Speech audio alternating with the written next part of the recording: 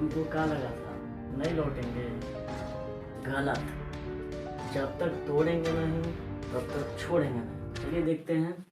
फिर से हम लोग शुरुआत कर रहे हैं प्रश्नावली 2.2 का डाउट सेशन में। ये पहले का तीसरा क्वेश्चन मुझे लगता है कि डाउट हो सकता है आप लोगों को। तो देखिए क्वेश्चन कहता है 6x² - 3 - 7x है। तो सबसे पहले आपको इसमें क्या करना है, शून्यकों की जांच करनी है। तो शून्यकों का योगफल जो आता है वो फार्मूला, शून्यकों का योगफल बराबर होता है -b/a। तो वो जांच करनी है कि क्या वो सही है या फिर गलत है। ठीक है, तो मैंने ऑलरेडी यहाँ पे जांच करके दिखाया है। आपका टाइम बचाने के लिए, आपको ज़्यादा टाइम नहीं लगे, बस मैं इसको समझा दूंगा। तो 6x² - 3 - 7x को सबसे पहले आप इस रूप में लिख लेंगे। ये वाला रूप क्या है? ये वाला रूप है आपका मानक रूप, ax² + bx + c वाला। ठीक है, इस रूप में पहले आप इसको सजा लेंगे। उसके बाद से आप इसको क्या करेंगे, इसका आप गुणनखंड करेंगे। तो गुणनखंड जैसा कि आप लोग देख पा रहे हो, गुणनखंड किया है मैंने। गुणनखंड किया है तो आपको गुणनखंड मिलेगा 2x - 3, दूसरा मिल जाएगा 3x + 1। और यहाँ से इसी गुणनखंड से ये वाला शून्यक मिलेगा और इस वाले गुणनखंड से ये वाला शून्यक मिलेगा। ठीक है, तो शून्यक मिल गया हमें 3/2, दूसरा मिल जाएगा -1/3। यहाँ तक क्लियर है, कोई डाउट नहीं, आगे बढ़ते हैं। अब यहाँ पे हमें फार्मूला ही वेरीफाई करना है। तो मैंने वही लिखा है जांच शून्यकों का योगफल जो होता है, जो निकला है वो करेंगे। फिर से क्या होता है फार्मूला, -b/a। तो लेफ्ट हैंड साइड में अगर देखें शून्यकों का योगफल क्या आ रहा है, तो शून्य का हमारा पहला क्या था 3/2 मैंने लिख दिया, प्लस दूसरा क्या था -1/3 वो भी लिख दिया। दोनों को हमने जोड़ा तो हमारा रिजल्ट क्या आ गया, प्लस में 7/6। फिर से दूसरे पक्ष में हमने देखा राइट हैंड साइड वाला -b/a।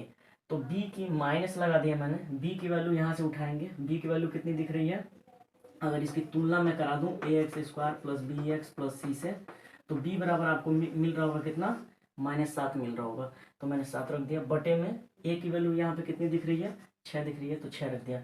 तो यहाँ पे रिजल्ट क्या आया, 7/6 आया। ठीक है, तो हम देख पा रहे हैं लेफ्ट हैंड साइड बराबर राइट हैंड साइड। इसका मतलब जो फार्मूला दिया गया है वो उसकी सत्यता हो चुकी है, ये बात बिल्कुल तय है। अब इसी प्रकार आप लोग जैसे शून्यकों का योगफल है, इसी प्रकार एक और इसी से रिलेटेड फार्मूला बनाया हुआ है, वो है शून्यकों का गुणनफल। आपने देखा होगा शून्यकों का गुणनफल क्या होता है, c/a होता है। उसकी भी जांच कर सकते हैं। तो चलिए आगे दिखाता हूँ। तो देखिए शून्यकों का गुणनफल मैंने लिख दिया। तो फार्मूला होता है c/a। इसकी जांच करते हैं। तो शून्यकों का गुणनफल में पहला शून्यक मैंने लिखा 3/2 गुणा में दूसरा शून्यक -1/3। जब इसको मैंने सॉल्व किया तो हमारा रिजल्ट क्या आया, -1/2। और दूसरी तरफ हमने देखा कि राइट हैंड साइड में क्या है, c/a है। तो c की वैल्यू मैंने यहाँ से उठाया समीकरण से, अब बहुपद से, माइनस c की वैल्यू क्या है, -3 है, बटे में क्या है, a की वैल्यू 6 है। जब मैंने इसको भी कैंसिल आउट किया तो हमें क्या मिला, -1/2। तो हम कह सकते हैं जो भी मतलब दिया गया है वो दोनों सही है, अतः ये बात यहाँ पे सत्यापित हो जाती है। तो यहाँ पे आप लिख सकते हो। चलिए ये वाला क्वेश्चन देखते हैं 4 नंबर। तो 4e² + 8 है। इसका जब आप फैक्टर करोगे तो 4u कॉमन हो जाएगा, u + 2 मिल जाएगा। ठीक है, तो यहाँ से शून्य देखेंगे आप, अगर 4u को 0 के बराबर रखा जाए तो u की वैल्यू आपकी आ जाएगी 0। तो पहला शून्य हो जाएगा 0 और दूसरा शून्य यानी u + 2 को रखा जाएगा 0 के बराबर, तो u का मान कितना आ जाएगा, -2 आ जाएगा। तो मैंने ऑलरेडी यहाँ पर शून्य लिख दिया है। गुणनखंड से आप भी निकाल सकते हो, आपको पता है निकालना आता है। तो शून्यक मैंने रख दिया 0 और -2। अब हम जांच करते हैं शून्यकों का। तो शून्यकों का योगफल हम जानते हैं फार्मूला होता है -b/a, अभी हमने देखा। अब यहाँ पे शून्यकों के योगफल में पहला क्या था 0 प्लस दूसरा क्या था -2, दोनों को मैंने मिलाया तो कितना आ गया, -2। तो लेफ्ट हैंड साइड में -2 आ रहा है, राइट हैंड साइड में देखिए b की वैल्यू कितना लेंगे, यहाँ से इसकी तुलना कराएंगे आप लोग ax² + bx + c से। तो a बराबर कितना मिल रहा है 4, b बराबर कितना दिखेगा 8, c बराबर कोई नहीं है तो 0। ठीक है, तो b की वैल्यू कितनी लेंगे आप 8।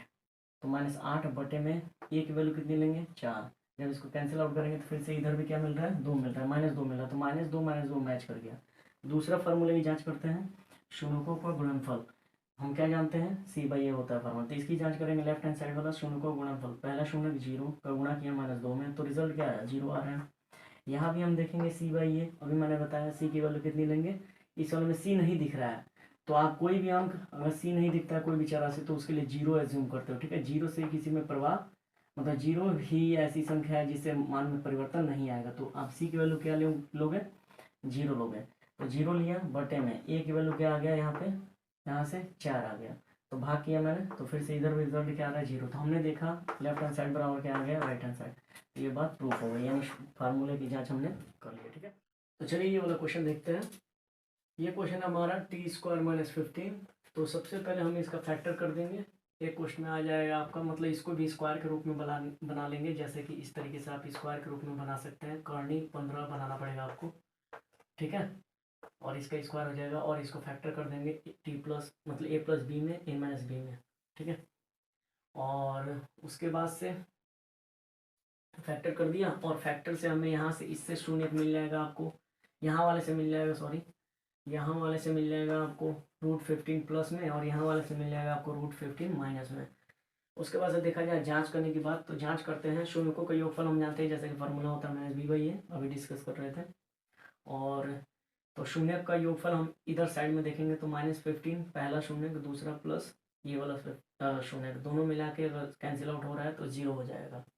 दूसरे तरफ फार्मूले में डिस्कस करें तो फार्मूले में एक चीज़ आपको नोटिस करना है, इस वाले को अगर इस रूप में देखा जाए ax² + bx + c के फॉर्म में, तो यहाँ पे जो a की वैल्यू मिल रही होगी, यानी x² का गुणांक, जो कि यहाँ पे t² है, ये जो चर राशि है, तो यहाँ पे a की वैल्यू मिल रही होगी 1, और फिर से यहाँ पे तो कोई t है ही नहीं, यानी x के फॉर्म में t कोई है ही नहीं, तो हम देखेंगे वहाँ पे b की वैल्यू क्या है 0, 0 की वजह से वो खत्म हो चुका है।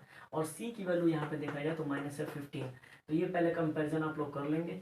उसके बाद से जब यहाँ पे वैल्यू रखेंगे आप, तो b की वैल्यू रखा है मैंने 0, बटे में a की वैल्यू कितना रखा है 1 रखा है, और इस हिसाब से रिजल्ट क्या आ गया 0।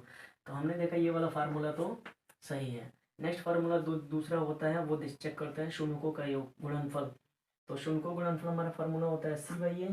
अब शून्यकों गुणनफल में इस साइड हमने क्या किया, पहला शून्य लिया जैसे कि दिया हुआ है, आया हुआ है हमारा रिजल्ट, और दूसरा शून्य लिया, दोनों को मल्टीप्लाई किया, हमारा रिजल्ट आ गया -15।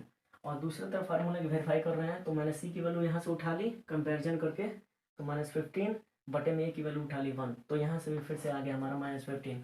तो हम कह सकते हैं और जो हमने जांच की है वो वैलिड है, और ये फार्मूला वैलिड है। यही सत्यता की जांच करना चाह रहा था कि सत्य है या फिर नहीं। तो इसी तरीके के हमारे डाउट्स क्लास आने वाले हैं, तो प्लीज़ अगर आपको इसी तरीके डाउट क्लास आपको पूरा क्लियर करना है, तो रेड बटन है उसको प्रेस कर लें, और बेल आइकन भी प्रेस कर लें, ताकि आपको नोटिफिकेशन मिल जाए कि हमारा क्लास आ चुका है।